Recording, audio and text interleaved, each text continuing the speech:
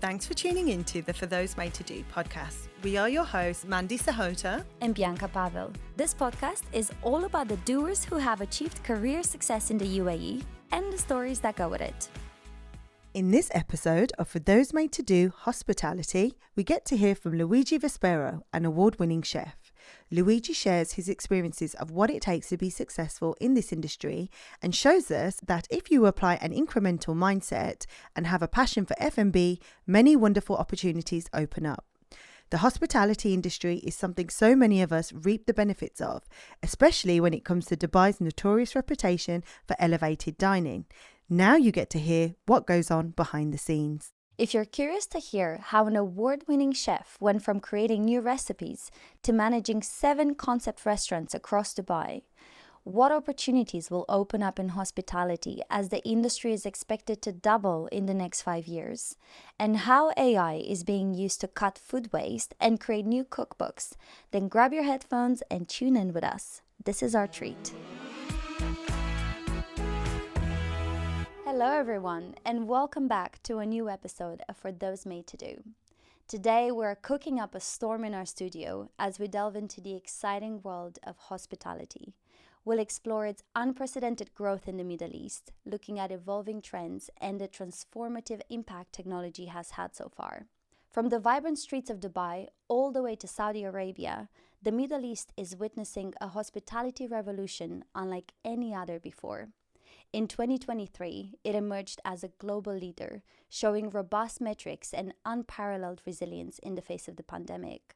With Dubai's soaring tourism numbers and Saudi Arabia's ambitious vision for 2030, the region is now setting new benchmarks for hospitality excellence.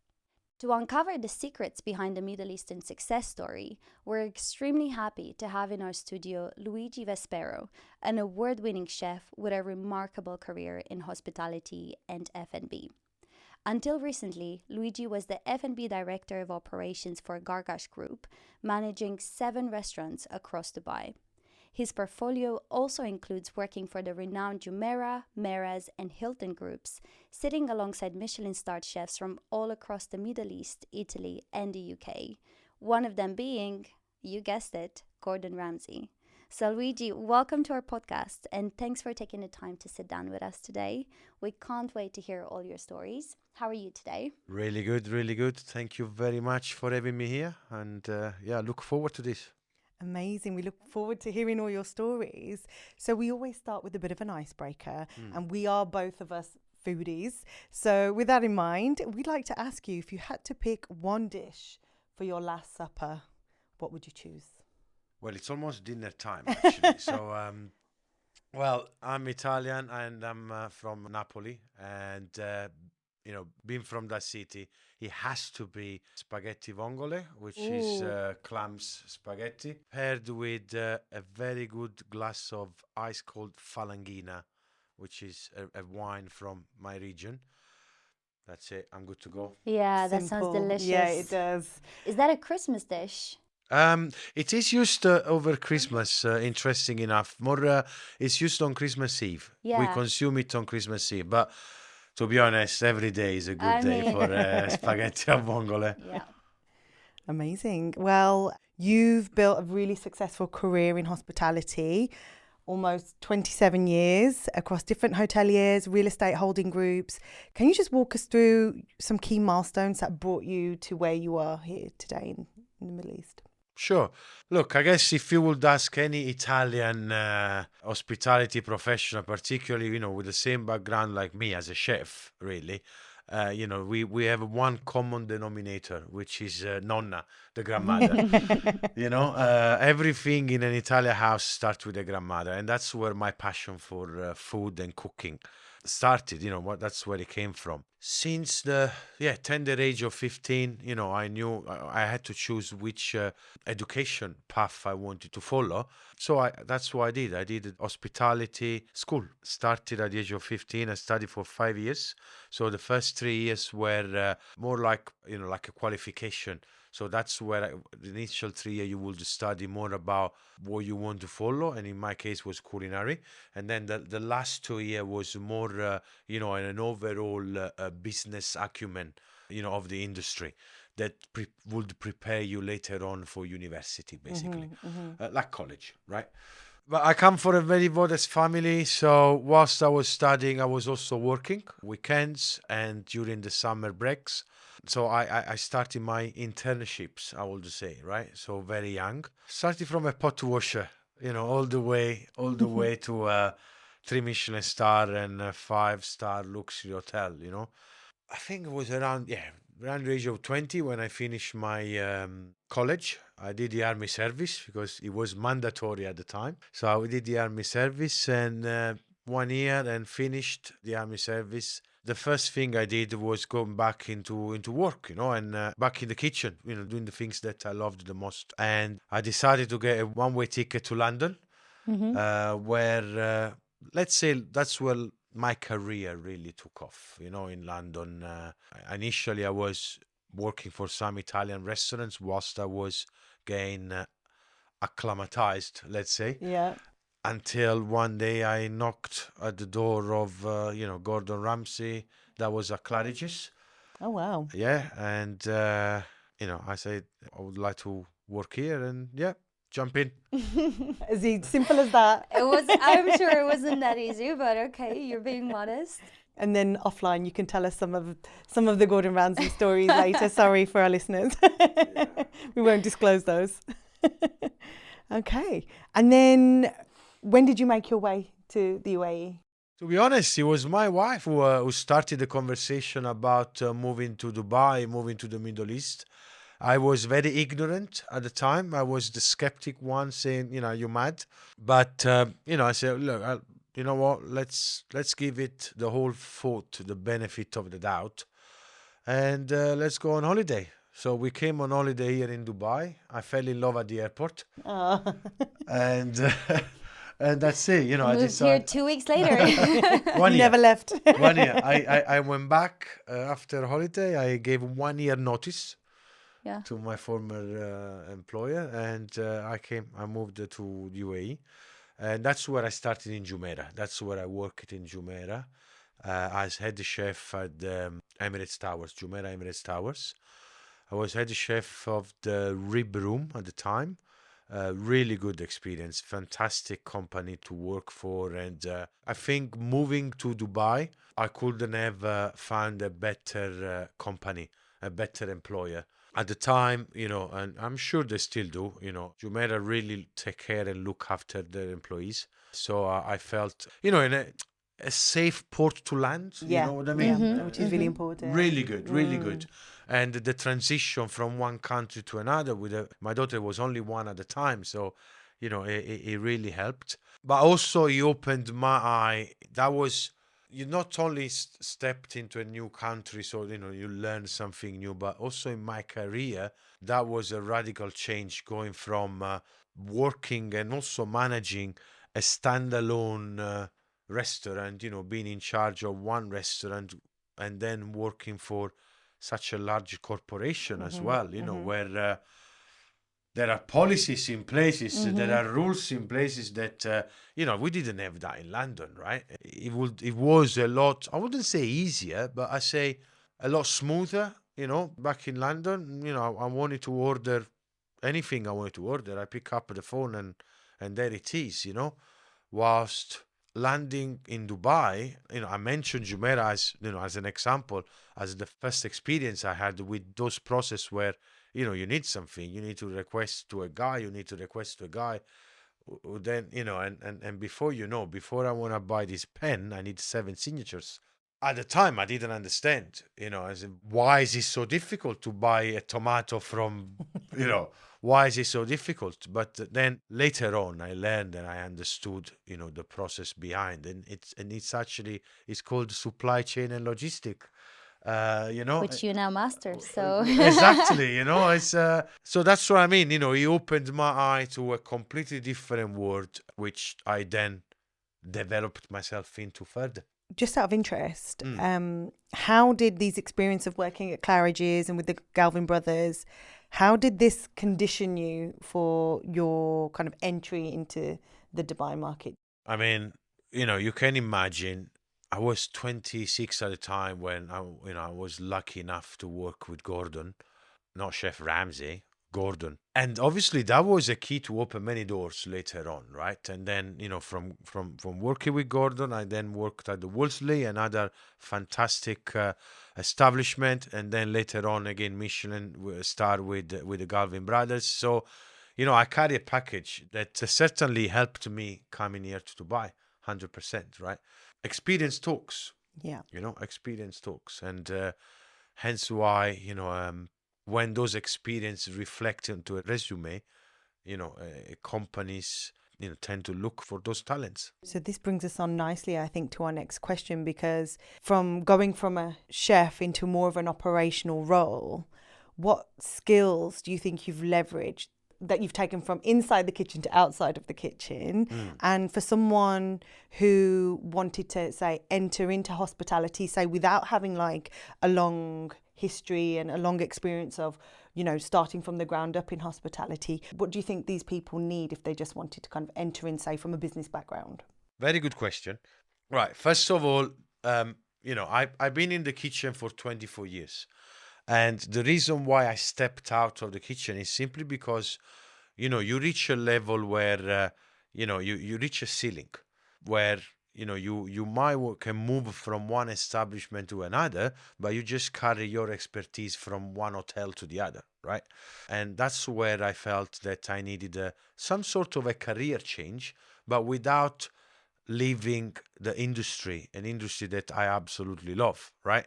So for somebody coming with a different background, for example, going back to your question, with a business background, what do they need? Well, I'm afraid they needed the ABC, that it only comes getting your hands dirty. You do need to get into the kitchen. You do need to follow a culinary. They need to understand the product, right? Yeah. If you can be good at numbers, you can be great at a spreadsheet, but there is a chemistry that goes behind food, right? So your recommendation is anyone who wants to enter the world of hospitality to go and have that experience on the ground first, just to kind of understand. I mean, I think both of our first jobs as well. I mean, you'll probably judge me here. My first job was at Pizza Hut. I worked in an Indian restaurant. Right. So It's been nice to see you, Louise. So yeah, but it does shape you and it does teach you things. 100%. Right? So it's important. Look, this industry is there for everyone, right? But not everyone is made for this industry. Absolutely. You can't, it's not easy. It requires lots of hard work, dedication and passion, long hours, very antisocial hours. So unless you really love it, why you are in it, this is not a job where you work to pay the bills. No, you do because you love it. It's driven by passion. And that's why, I know it's been said many times, but I consider myself one of the lucky ones because I don't go to work. I just wake up and I live my life, and my life is in hospitality. That's fantastic. I love that. I think it's so important to have that passion for what you're doing. And we talked a lot about this in our previous episodes. When you do have that passion and you have the drive, one, it doesn't feel like work. And two, you have that determination to keep getting better and better. Not because you have to or because you need to get a promotion or you need a higher salary, because you're genuinely curious and passionate to discover what else can you do? What else could be done that no one's done before? 100%. And even if it's not done before, but if it's something that you have never done before, right? And then, so now we go back to your question, moving from the kitchen to managing a full operation. I went from managing 50 people to 120 overnight. You need to readapt and readjust yourself completely. First of all, wearing a suit is not as comfortable as wearing a chef jacket. True, yeah. That's for sure. But it's the way you interact with people, the way you carry yourself as well. It just change. It requires small, drastic changes that can help you perform on the job. When it comes to talent, are you finding that there's a steady supply of people who are coming up through from the ground up and entering into hospitality, or is there a shortage? What are you seeing from a talent perspective? Well, the industry has certainly experienced an exodus from hospitality because, it's also due to media, the fact that people have become a lot more aware of how hard it also is. With newer generations. Yes, 100%. Yeah. Because we've reduced friction across other areas of our lives. Because Mandy and I have this conversation quite a lot. We're looking at some of our students and, we work in a business school. We see the talent incoming and we understand their mindsets. And we're seeing that a lot of the younger generations are slightly more adverse to friction and discomfort than we used to be. And that is because we live in this world where things are a lot easier to get. 100%. So they are impatient. There's also that. They are impatient. Everything we live in everything is on a phone. Everything is on an app. So these guys, and bless them. They think that if I can do everything from my phone, why do I need to go and spend 10 and 15 hours in a kitchen or in a restaurant floor? So that has an effect. But I think it's also come from us, people of my generation. And that's why I'm very happy to be here today. I'm really happy to constantly share my passion and my knowledge with people out there, right? Because it is our moral duty to develop the leaders of tomorrow. Yeah. And I do this in schools sometime. I do this for 14 and 15 years old, career fairs. I've done it for year 4 and year 6 children as well, teaching them what is cooking. Just to try to educate and, to let people understand there is a beautiful career. If this is a passion that they have inside and perhaps they have not discovered yet, this road can lead you to a beautiful career. It can help you accomplish many things in life, 100%. So talent pool, yes, has certainly shrunk. I think there is still time.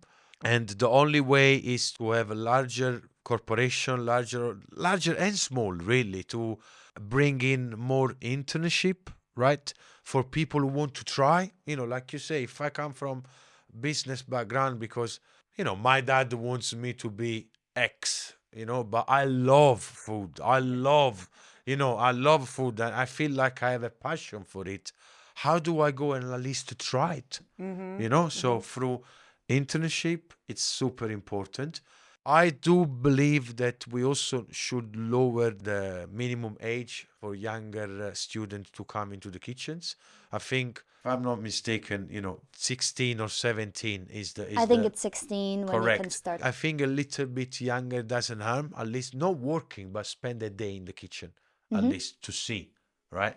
But obviously, for health and safety reason, it is not allowed. But what difference does it matter between a 15 and a 16 years old, right? So we won't put it on a meat slicer on day one, right? It will be in a corner peeling potato and carrots, really. But besides of that, I think it's important to expose younger generations to the industry as much as possible, talk about it as much as possible, share stories as much as possible, and inspire people as much as possible, really. It's the only way to bring people back into the industry. Yeah. I really love that. I think you would have seen this online as well, or I don't know if you do, but I get a lot of food bloggers and vloggers that are now coming out. And I know that this is not the same as being in the environment, but I am optimistic because I'm seeing a lot of people who are more openly talking about their passion for food. Now we're also talking about a lot of people with different diets. People are trying the keto diet. Some people are lactose free, some people are gluten free, some people, and I'm seeing a lot of food vloggers that are saying, here's a hack that you could do in the kitchen. So I think the appetite is there.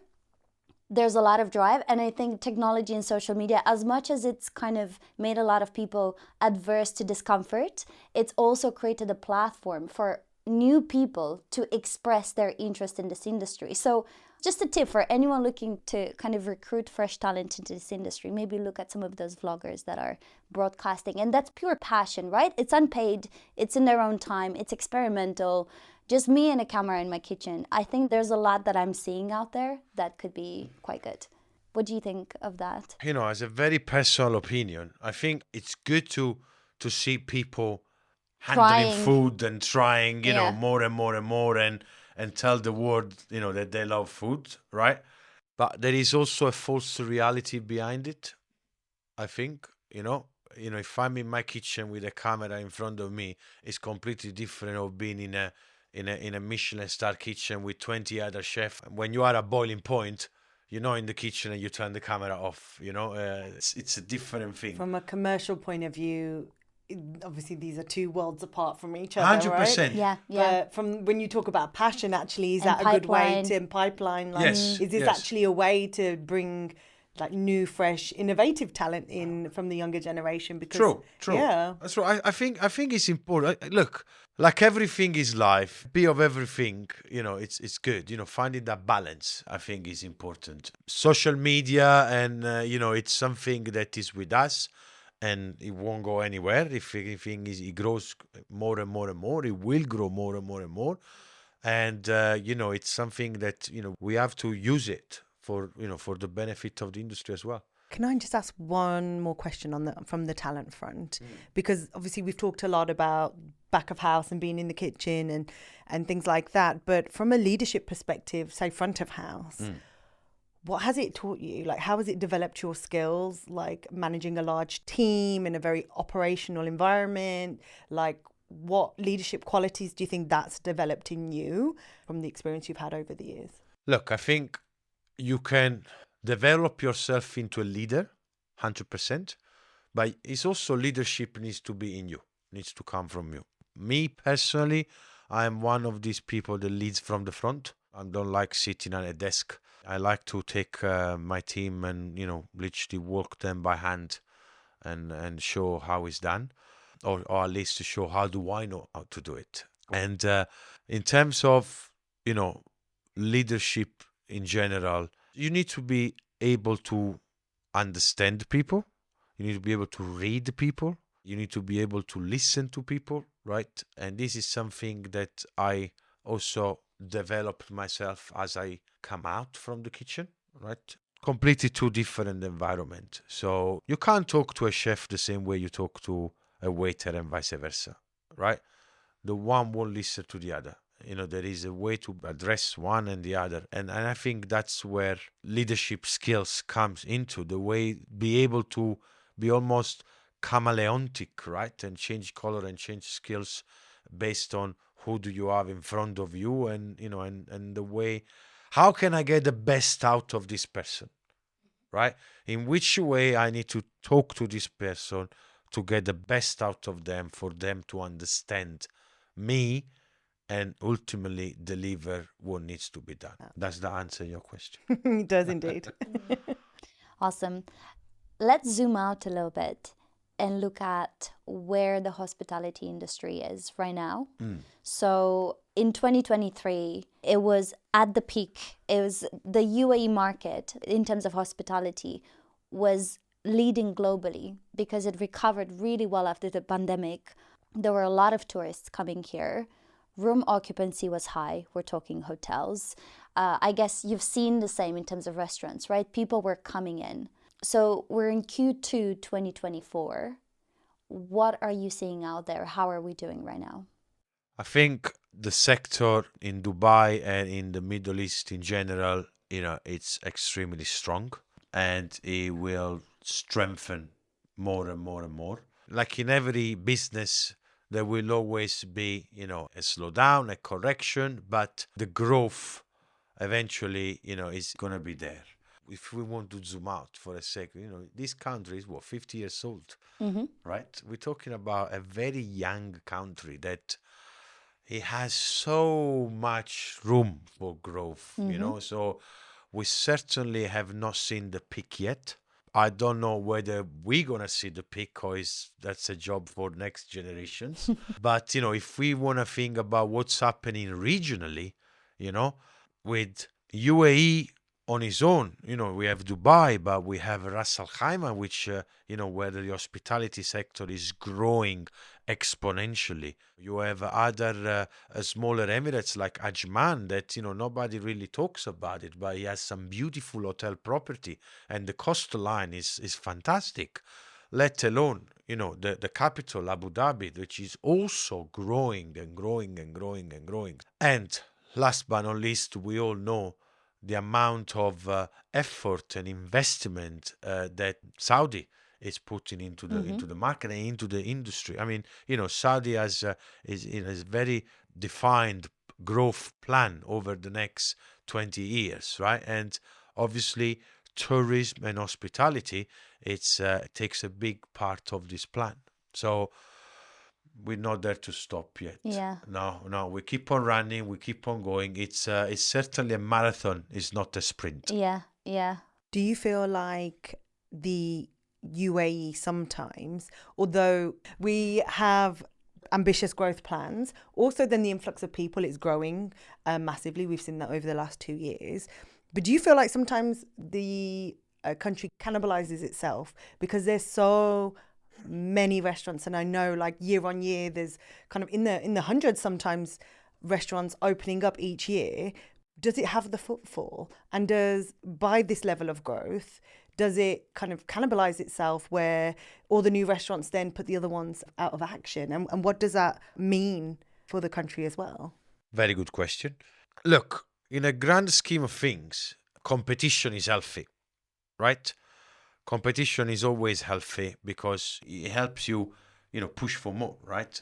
However, it's also true that, where there is supply and demand. When the supply is higher than the demand, then you have a problem. The slice of a pie shrinks further and further. There's one thing that I have learned here in the Middle East, in Dubai, from my time here in Dubai. And I always thought it was very interesting coming from Italy and Europe in general, is the lifespan of a business restaurant. It's very short. I can imagine. Unless you are, the Zoom of the world and the LPM of the world and, to name a few, right? And there is some other establishment that, now cover a global market, right? But if you are a standalone, it's very difficult, extremely difficult. And the lifespan is very short. And I've always found very interesting. And I guess the reason is because every other day there is a restaurant. No, but I think there was a year where we have experienced between high-end restaurants and coffee shop and premium casual restaurants, 180 openings. Yeah, I read That's that. one every other day. How can be sustainable? That's one thing. It's not sustainable at all. That's for sure. And we do know of many restaurants opening and then a few months down the line, gone. There is also something that needs to be said, is like that we follow trends a lot. I've noticed, there's been obviously the Japanese trend and everybody opened Japanese restaurants. Then we had the French with, following La Petite Maison. And then at some point, Nusret came, and now we have a Turkish steakhouse in every single corner of Dubai. Then the Greeks, there's been the Greek invasion, and then the Peruvian, obviously the Italian we had. But, at what point, it stops really? That's one thing that I would like to understand. I think that when people stop viewing Dubai as a transient place and they start putting down roots, these communities will fuse. Yeah. And what I think you'll find is authentic cuisine growing out of Dubai, because one will fuse with the other just because they've grown up in such a multicultural environment. I think then there'll be room for innovation, and I think that will be really exciting. Obviously, that's going to take some time because obviously, these communities have to establish themselves yet, a little bit more grow, mature. But when it does, I think then you'll see something really exciting happen. And I really actually look forward to that. Yeah. I think on the same topic, The challenge that you're gonna have is, it takes us a step back to a topic we discussed earlier, is the talent as well. Because with more and more restaurant open at such a rate, with the talent pool being so restrictive globally, then, you end up, taking people from the same pool, right? So you will see people jumping from one restaurant or one hotel to the other in a very short span, Yeah. and that doesn't give them enough time to acquire the knowledge, acquire the skill set that they need for, the role they might be going for. So, I've seen people, starting as a waiter, and within 4 or 5 years, they were restaurant managers. And I'm not saying that, it's a very fast growth, I think. Sometimes too fast, right? So if I go back to what I said, it's our moral duty to train and teach the leaders of the future. If the leaders of the futures are growing at such rate that they won't have the actual knowledge to pass on, so where are we going? Right? So this is something True. that it does worries me. To close on this subject, I think, something that I'm observing in Dubai when it comes to restaurants is the growth of neighborhood restaurant. And this is something that I love and I'm Yeah, really me too. happy to see, Yeah. because it's something that you have in Europe, your Yeah. neighborhood restaurants, that it's very fairly priced, that you can go more than once a week, right? Or, at least more than once a month, right? And it's your local, and you go and you feel comfortable, and the waiters recognize you. And so where you really feel almost at home, right? Yeah, and you want to support as well and encourage, because 100%, it becomes part of your community and your routine. 100%. Yeah, I love that 100%, as yeah. well. So then when we're looking at the other end, at fine dining, and this is your area of expertise, when it comes to what demand you're seeing from customers, what is the behavior pattern here? Why do people choose fine dining in Dubai? And what are they after? Is it just the food, or are they looking for the overall experience, the entertainment, the Dubai bling, so to speak? Yeah, the dinnertainment, right? Look, Is that an official term? it is. It is. It is. It's a thing. It's a thing. It's a thing. So what is that people are looking for at a high level? Food these days is given for granted, right? And rightly so. If you go in a certain establishment where, the average check, it's above many people's belts. But you want to treat yourself, right? It's important to make sure that every single aspect of the experience is being taken care of. So what people look for is high level of professionalism from the moment they pick up the phone to make the reservation. If they pick up the phone, unless it's done through an app, and even so, it has to be very smooth and user friendly, to the moment they step out of the restaurant or hotel, and they've been bid farewell. And in between, there is a word in between, Bianca, is how do I reach the venue? Yeah. So when I reach the venue, how is the valet? Right? Do I stand in a jungle of cars, or it's so smooth that I arrive and there is the person opening the door for me? Right? The entrance, the arrival experience, how is it? I've seen restaurants that the entrance of the restaurant is right next to a bathroom door, and how does that make the arrival experience? That's jeopardize it 100%. And once you walk in, what's the music like? What's the vibe? What's the chair? Is the chair is there linen or not? If there is no linen, how does the table feel? Is it a cold stone marble under a 20 degrees AC that is making me feel I'm eating in a butcher shop? Yeah. Or Yeah. is welcoming? It makes me feel comfortable to the way that I want to stay there and I want to enjoy my time, and obviously I haven't touched base about the stuff yet, right? I'm now talking about the environment, and then to what we were saying, do we have entertainment or do we not? If we have entertainment, is it the old school band in the Bands, corner, yeah. or like we always a full-on cabaret, like some restaurant are Yeah. offering these days.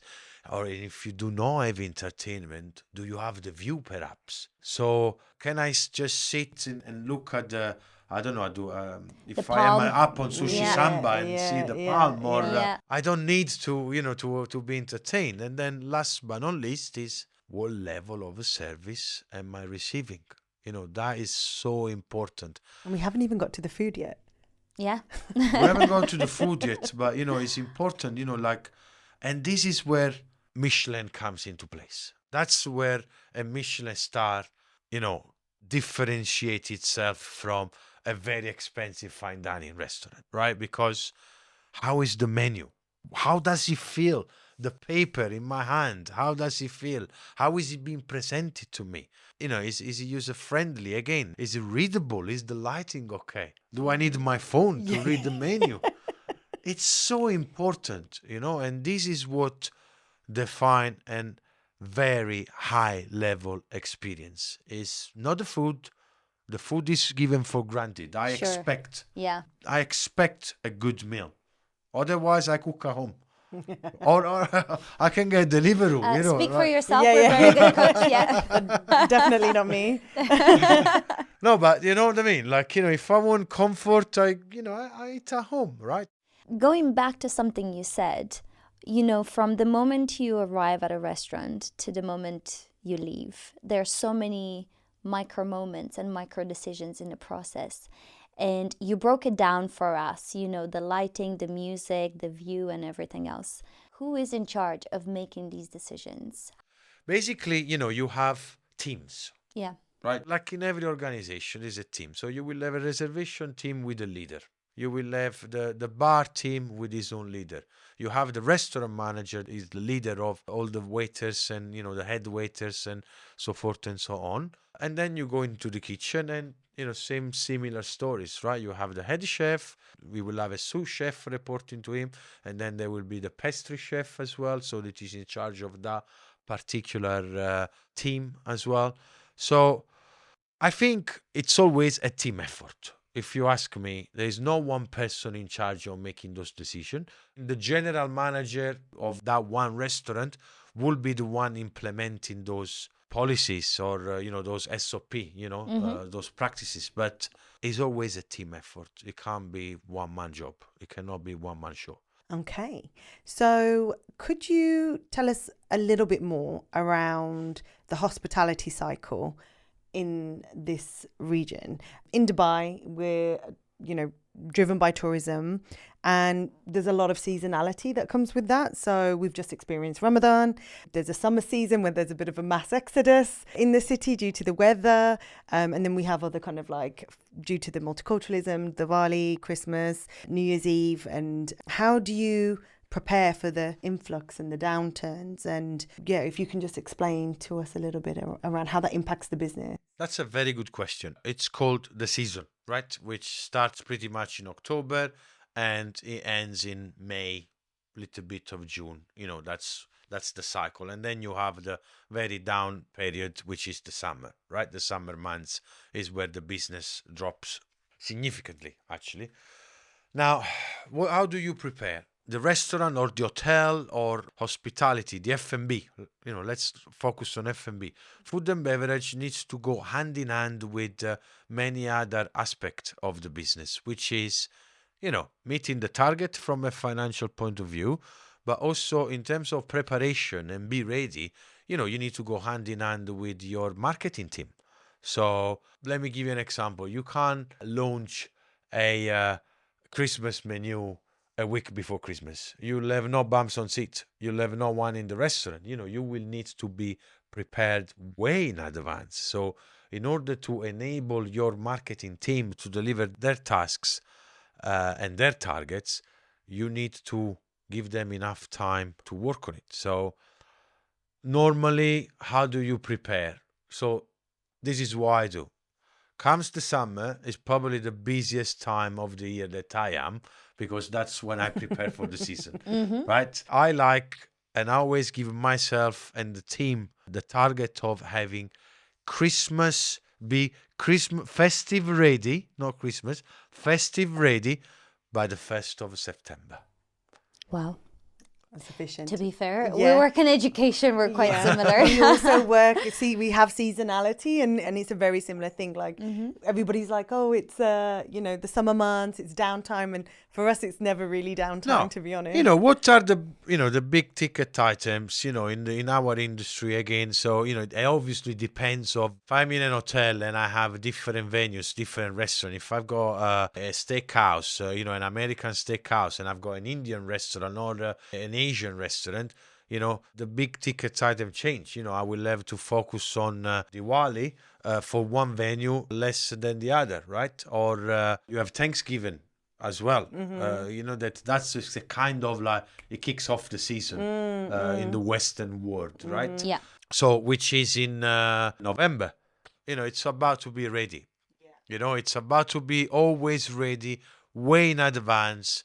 Allow rooms for error, right? So that you can fine tunes as you come closer to the launch date of an event, of a menu, of anything. And also, again, remember, you need to train your staff, right? So if as a chef, I don't give myself, Luigi, all the knowledge about the new menu that I'm launching, if I don't pass it on to the guys onto the floor, how can they sell my food, right? So if I don't give them enough ammunition, how can they go out there and shoot? Absolutely. So having discussed all of this, Luigi, if we want to take a look into the future, and we're seeing massive transformation and disruption coming from artificial intelligence and also automation, which I'm assuming are the two biggest things that are impacting supply chain right now in the F&B industry.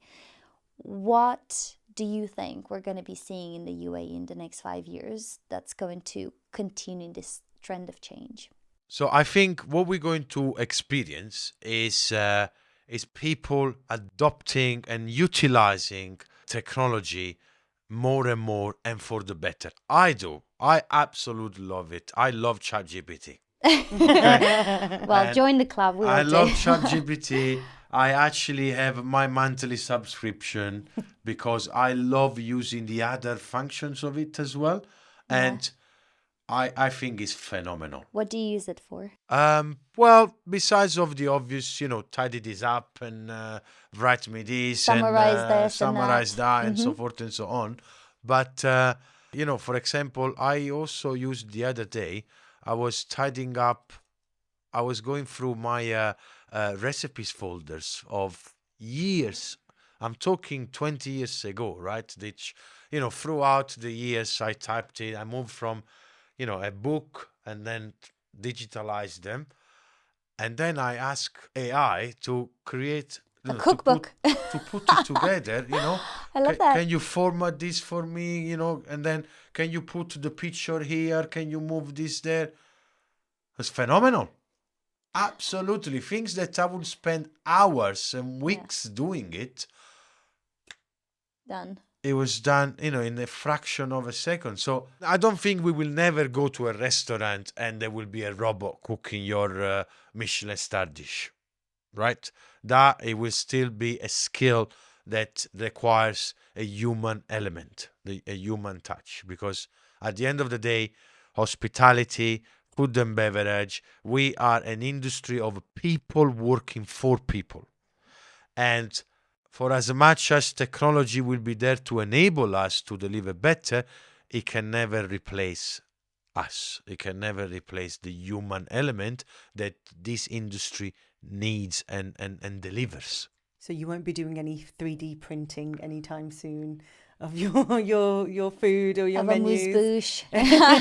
No. Close your eyes and think of, think of England. No, 100% no. Nah. The six, all the senses can be subsidized. As someone who's come through the kind of traditional training system of working in the F&B industry, when you see technologies that are using AI, say, to like tackle food waste, because obviously that's quite big in this industry too, especially in this region. Is that something you're open to? Fantastic. Yeah. Fantastic. We had it. I've used in one of my previous role, Hilton. So we had this machine that you would literally put the plate of food under a camera. I would take a picture and instantly segment the picture to tell you what food were you wasting and recording the weight. It's phenomenal because it did help me at the time I was a chef. So it helped me understand the trends, right? What people eat the most, what people favor the most. So if every day, there is, and now I give an example, right? If every day there is 10 kilo of broccoli going in the bin because no one wants to eat the broccoli, but me, because it's on my menu, I keep on putting on. Yeah. I'm wasting food, right? I'm wasting time preparing this food, and I'm wasting money. So 100%. Look, I am an old romantic when it comes to the way I became who I am in my career, but I open my arms to technology and to everything that enable rather than disable us to do better. Amazing.